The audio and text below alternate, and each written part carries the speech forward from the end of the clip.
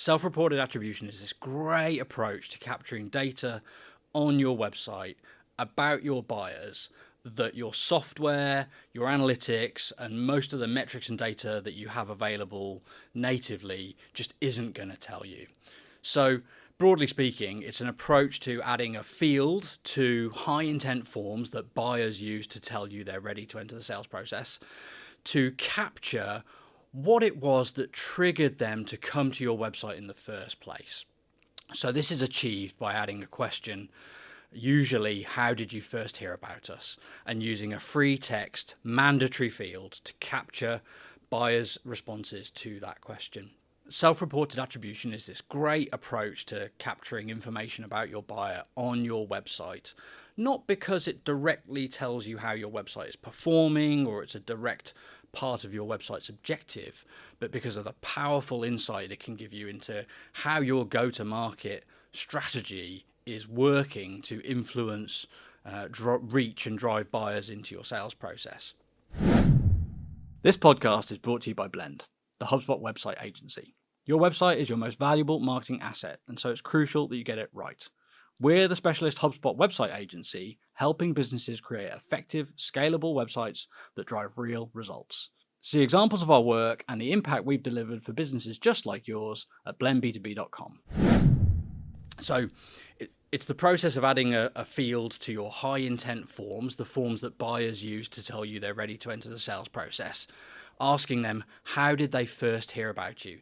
And this captures information that goes beyond what your analytics, what your typical software attribution, and what most of your marketing stack will be able to tell you about the things that really influence your buyers when it comes to their first discovery of your brand and their first inclination to visit your website. So by adding the question, how did you first hear about us, to your bottom of the funnel commercial conversion points, so your demo form, your trial form, talk to sales, whatever it is, by asking buyers to fill in a mandatory free text field, you'll get powerful qualitative insights into what's really happening in their minds prior to them coming to your website and buying from you as a result of your sales process. And this is transformative in lots of cases, and it paints a very different picture often to the one that's either expressed in the data and metrics that marketers frequently have at their fingertips from their website, their analytics, their attribution, and from the one that's intended when you consider how they're prioritizing and spending their budget.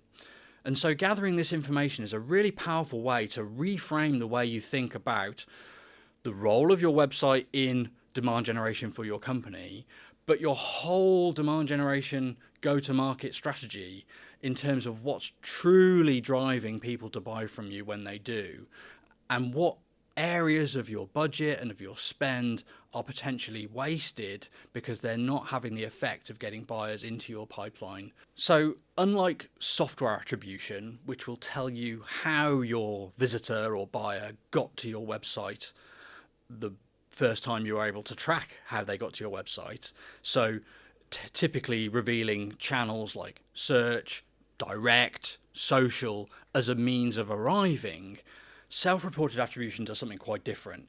It tells you where your message is being seen by your buyers. And this includes places that are completely untrackable and unknowable to your software and as a result to a lot of marketers. Dark social touch points, word of mouth conversations, communities and groups that you're not actively marketing to, but where your brand, your offering, your message has touched somebody in a way that drives them all the way to your website and into your pipeline. And this is really, really insightful because it goes way beyond attributable, trackable conversions and touch points. It goes beyond advertising tracking pixels and what they can tell you, and really helps you to inform yourself about what's having an impact today and what you can double down on to drive even more impact quickly. And it's a really effective way to optimize where you put your budget and your effort to drive more pipeline. When it comes to implementing self-reported attribution, there's a few best practices to follow and a few pitfalls to avoid. I already mentioned that it should be a mandatory free text field, and that's really important to get the right kind of insights from your buyers. The temptation lots of marketers will face is to make it either an optional field or a drop down with pre-chosen options. But both are to be avoided because they really do harm the trustworthiness and the quality of the data that you gather.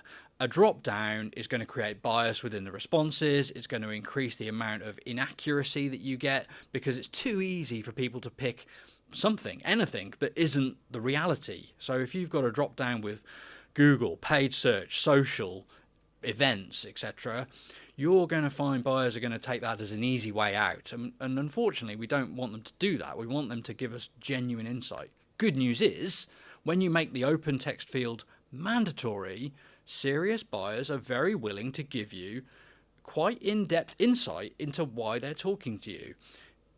Contrary to fear in many cases, implementing this approach doesn't necessarily harm conversion rate, conversion quality. In fact, it can positively impact both. I think there's something to be said for asking buyers more about why they're talking to you in the first place actually creates trust and respect in them for your brand. So it's a really positive step to implement it in the way that achieves the best results for you too. Refine Labs, who really pioneered this approach to understanding your buyer, even found in a number of cases that it positively impacted conversion rates in a measurable way. Their studies revealed that it had a positive impact on conversion rate, and we've certainly never seen it have a negative impact on conversion rate. And the data you get is so valuable, it's a no-brainer really for B2B marketers to implement this on their website today. Self-reported attribution doesn't remove the need or the value in other data, metrics and analysis.